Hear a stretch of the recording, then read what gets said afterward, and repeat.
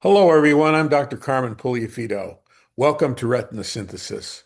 I'm happy to have today with us Dr. Daniel Palanker, who is professor of ophthalmology and electrical engineering at Stanford University.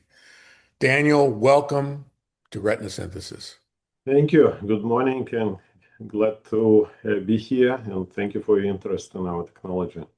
Congratulations, Daniel, to you and your collaborators on publication in the New England Journal of Medicine on October 20th of a very important paper in which 38 patients participated, in which a retinal chip was used to restore vision in eyes with geographic atrophy. Yeah, thank you. It's a remarkable success. It's actually confirmation of earlier success we had in feasibility trial with 5 patients in Paris. We published 4 papers about it. That trial started in 2018, and by the time this phase 3 trial started, they were already 5 years follow-up, and the results were very good. But this trial is much bigger, much more statistically significant, and we allowed patients to do more things, including Zoom, reading, writing. So yeah, it's a remarkable success. So, in generic terms, what are the key elements of any retinal prosthesis? What are the elements? So we treat diseases related to loss of photoreceptors, and there are basically 2 ways to address, the blindness in this case. One is to replace photoreceptors and stimulate the second layer of neurons, bipolar cells, and let the retinal neural network do its job of encoding visual information through the network, through amacrine cells to ganglion cells, convert into spiking patterns of various types in ganglion cells, sending it to the brain, or skip the retina, go to ganglion cells, and try to encode information in spiking patterns in ganglion cells. And people tried both. I think part of our success is that we encoded information properly by just replacing photoreceptors and letting the neural network of the retina do its job. Because skipping it and going to ganglion cells makes it much more complex. The further away you are from the origin, from photoreceptors, the more distributed and more abstract is a representation of visual information, and more difficult to encode it properly. So I don't say it's impossible. I'm saying it's just more challenging. There is a group, in fact, that is trying to do exactly that, AJ Chichelnitsky, also at Stanford, and they face a lot of these difficult issues of identifying cell types, encoding each cell properly according to its type without affecting other neurons, and representing this information in all these mosaics in parallel, so brain will interpret it as a form vision. Why I think encoding is important is because I think that's what distinguishes form vision from just light sensitivity. People achieved light sensitivity with several retinal prostheses before us, both epiretinal and subretinal. But we are the first to show that you can deliver prosthetic vision as a form vision and not just light, and simultaneously with peripheral vision that comes with normal, perfectly normal retinal code. And that's remarkable that our patients basically confuse prosthetic vision in the center with the residual peripheral vision in a periphery. And that means that the code we deliver, even though we know it's not perfect, not exactly one-to-one, but it has a lot of features of normal retinal code, and it's sufficiently close so brain can decode it as form vision simultaneously with normal code from the periphery. So, what are the elements of the PRIMA device? There are 2 basic elements. One is a chip that goes under the retina, and that's photovoltaic array. It has no brains, no power supply. It's just a bunch of photodiodes in pixels that convert light into electrical current to stimulate neurons. And there is an external element, augmented reality glasses, that they have cameras that captures images, image processing unit, and a projector that delivers these images to the eye and to the chip using pulsed near-infrared light. The reason we use near infrared is to make it invisible to remaining photoreceptors, because this light is intensified compared to ambient, so it would be very uncomfortable if it would be visible. And it's pulsed. And the reason for first make it more intense is because photoreceptors are very potent amplifiers. They convert flux of photons into current, ionic current, with amplification up to a factor of million in terms of photons per second, ions per second per cell. And photodiodes don't, and we don't have any amplifiers on the chip. So we need to use more intense light. But more intense light, as I said, would be very uncomfortable if it would be visible, and so we make it invisible. Now, why it is pulsed? It's because transferring charge from electronic implant, from metal to electrolyte, where conductance is ionic and in metals it's electronic, this transfer is not trivial. It basically is a capacitive transfer. So you run electrons inside the device, you convert them into ions in the medium, then the ionic current flows to the second electrode, again converted to electronic and closes the circuit. So this conversion of electronic to ionic transport is limited in how much current, how much charge you can inject before it requires irreversible electrochemical reactions. And that's a limit of safety, basically. So we use pulsed light to provide charge injection back and forth, so it's charge balanced. And we run it at sufficiently high rep rate to make it appear stable. And that's flicker fusion frequency, basically. We operate at 30 Hertz. And we confirmed that first in animals, ex vivo, and in animals, and now in patients, at 30 Hertz, they really see as pretty steady percept. So they don't notice that it's pulsed light. They like 60 Hertz even better, actually, but 60 is just requires more power, and we prefer to operate at 30 Hertz. But that's where we utilize flicker fusion to make pulse stimulation perceived as if it is steady percept. And there's a processor involved as well. Right. The processor between the camera and the projector helps in many aspects. First of all, it can simplify an image, enhance the edges. We know that prosthetic vision has lower contrast sensitivity than normal. One reason may be because we lose horizontal cells that regulate terminals of photoreceptors, and when photoreceptors are gone, these connections are lost. Amacrine cells do this to some extent, but not completely, as to the full extent that retina can. So we can compensate for loss of contrast with this pre-processing between the camera on the glasses and projector. The other aspect that actually patients like very much and use a lot is zoom. It's very simple functions that allows them to increase magnification between the camera and projected image, and thereby read much smaller fonts than otherwise would be allowed. The normal resolution currently of the chip is limited by its pixel size of 100 microns, and that corresponds to 2400 acuity. But with zoom, patients could read letters down to 2060, and some even smaller. And obviously, it comes on account of reduced field, so everyone was allowed to choose their own settings of their liking. And using that, the improvement of acuity was on average 5 lines, 25 letters of ETDRS chart compared to baseline.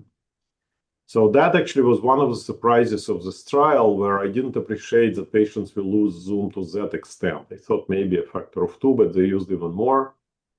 And that's a very convenient feature. There are other features. For example, current trial was all designed for reading and writing, and that's black and white. So it's simplification of the image down to 2 levels, basically, of black and white. However, in the future, the trial we are actually preparing now is a grayscale representation for face recognition. Faces are very difficult to recognize in black and white, and so grayscale is important. We think that they will resolve at least 8 levels of gray, but we'll see, we'll measure it. And then the program will adapt for each patient the full range of light intensities that camera will capture to the range that is best represented in their range of scale of the grayscale sensitivity. So that is So, current patients, but just new phase where we'll add this face recognition capability. how many pixels on the chip? Yeah, currently with 100 micron pixels, it's about 400. It's a chip of 2 by 2 millimeters, a little less because rounded corners. In the next generation of implant that works now in rats, our pixels are 5 times smaller. So they are 20 microns in size, which corresponds to 20/80 acuity in humans. And with that, it will be more than 10,000 pixels. We also plan to make implants a little larger. Currently, they are 2 by 2 millimeters, but clinically, the surgeons feel comfortable now to implant a little larger ones, maybe 3 millimeter diameter, maybe even 3 by 4. Company probably will make a selection of sizes and let surgeons choose basically what size they prefer for each patient. So will the next clinical trial use the high density pixel chip? At some point, and currently the next trial will be the same chip because it's already approved and actually tested in new indication. It will be probably Stargardt disease, maybe some other forms of inherited retinal degeneration. And that's again feasibility trial in a few patients. And also current chip and even current glasses, but with new software for grayscale representation. These are the two near-term goals.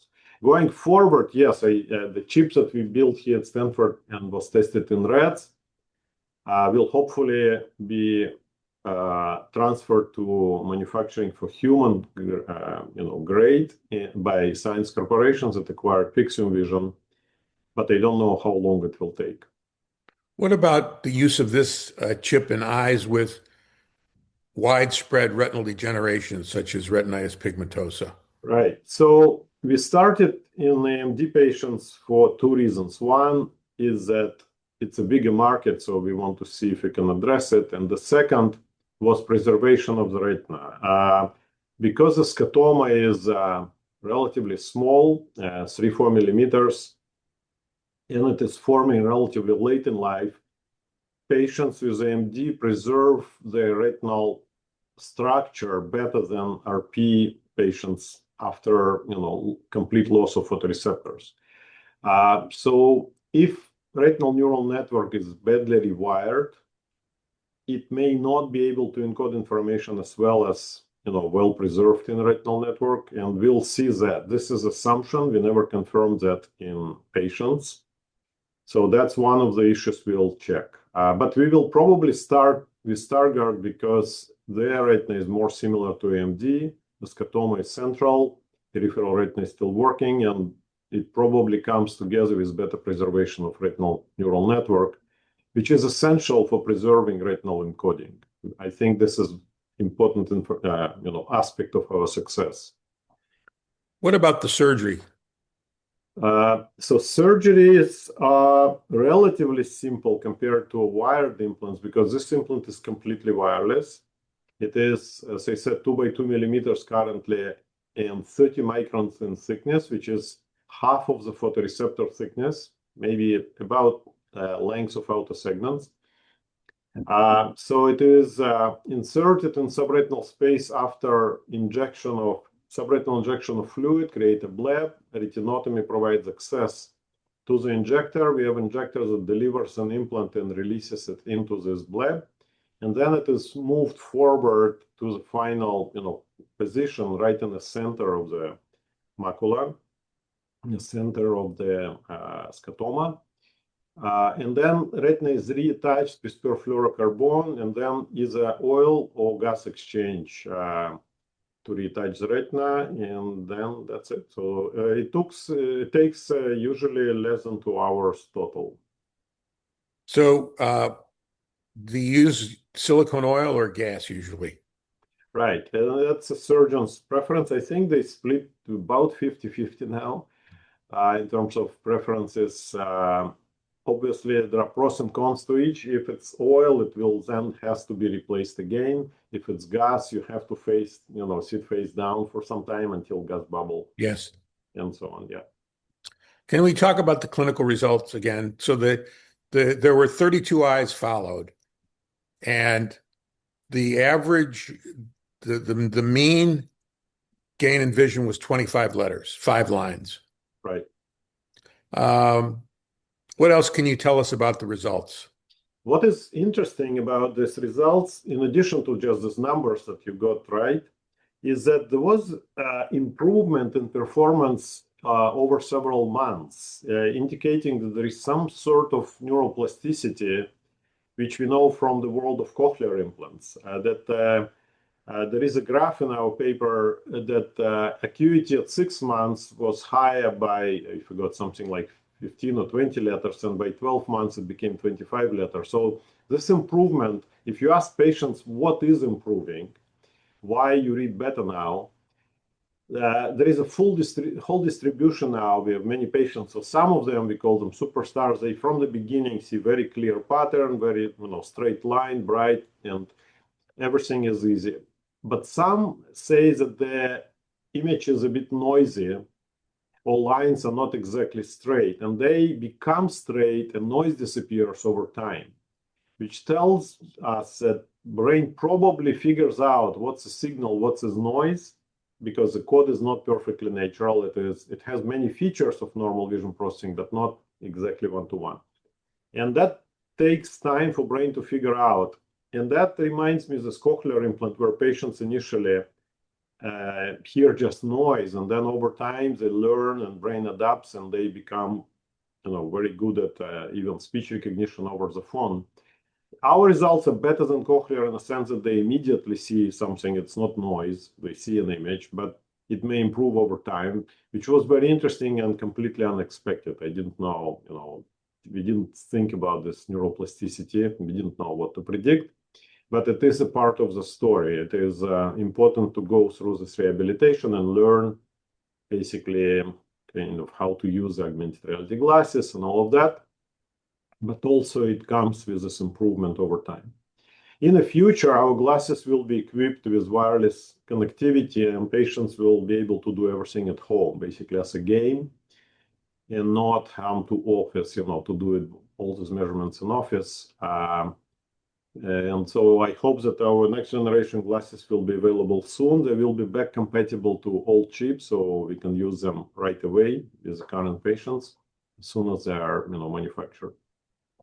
What's the visual field like for these patients? Right. So visual field is defined by two aspects. One is the size of the display in augmented reality glasses, which is 18 degrees. So it's an amount, basically it's an image width. If you would look with normal retina and the display would be visible, you will see an image of 18 degrees, which is exactly like Google Glass. If you ever tried it, it's the width of the Google Glass display. And then within this display, the chip itself, this is instantaneous vision that you will have. Currently is only 2 millimeters, so it's 7 by 7 degrees or 10 degrees diagonal. So you can scan with scanning within the screen, like you look now, for example, on display, and you can scan it with your eyes. So these are two, factors: instantaneous field that you see with this chip and scannable. If you want to see wider than 18 degrees, then you have to move the head and camera to capture other parts. Mm-hmm. So can they read text? Yeah. So if you saw maybe videos in that publication, we put a few videos as a supplemental material. Patients read with actually word by word and not just letter by letter. They can write. At home, they use it for all sorts of things. They play cards, play field crossword puzzles, and do cooking and all sorts of things. What about distance vision? This I don't know actually if they use it. This was all designed for reading, and reading is done on all the standard distances. Yes. Few meters from the chart. So that's what they did. I don't know if they use it for anything else beyond that. What about reading on a computer screen? Yeah, so actually one of our patients I met recently is an architect that works with, he works with design software on a computer, and he, using our glasses, was able to complete his project designing some church in Italy. I was very impressed that he can do it. What's the regulatory status of the device? Currently, the results of this trial, of this pivotal trial in Europe, were submitted to CE mark approval. So the advisory board concluded that the results are sufficient for CE mark, and we'll see, if it will indeed be approved, but it's submitted. In FDA, there is a discussion of what this device will be, the status, and that will define regulatory path. But I'm sure they will ask for, some American experience.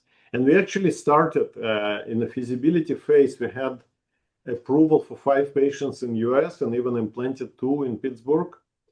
And under Jose Sahel's, in Jose Sahel's department in Pittsburgh. And then due to COVID, basically they didn't implant more, and kind of it was all stopped, even though patients were actually very good. I know the surgeon, he said he had great results, but they didn't continue. And then by the time that European group started the pivotal trial with 38 patients, they basically didn't need more of, feasibility, and that kind of didn't continue. So this were only 2 patients. So going forward, I think FDA will probably require more of American, experience, but I don't know. It's at the moment, all it is now is CE mark submission. Well, Daniel, anything else you think we should know about the chip that we haven't discussed?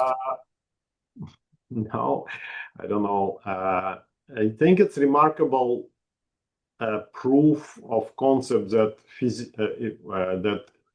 restoring form vision is possible. Until now, that wasn't the case. Everything people saw with implants or optogenetics was just light sensitivity, and people had to scan, to find out the source of light or follow line on the floor or find a doorway. Now we have form vision, so it's possible, and it opens a lot of doors, and I hope that it will continue improving, and this vision will be more and more functional and closer to natural. And so it's exciting times. Yes. And congratulations, you're a visionary.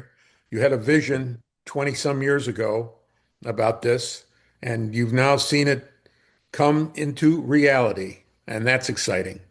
Indeed. Thank you very much. Thank you.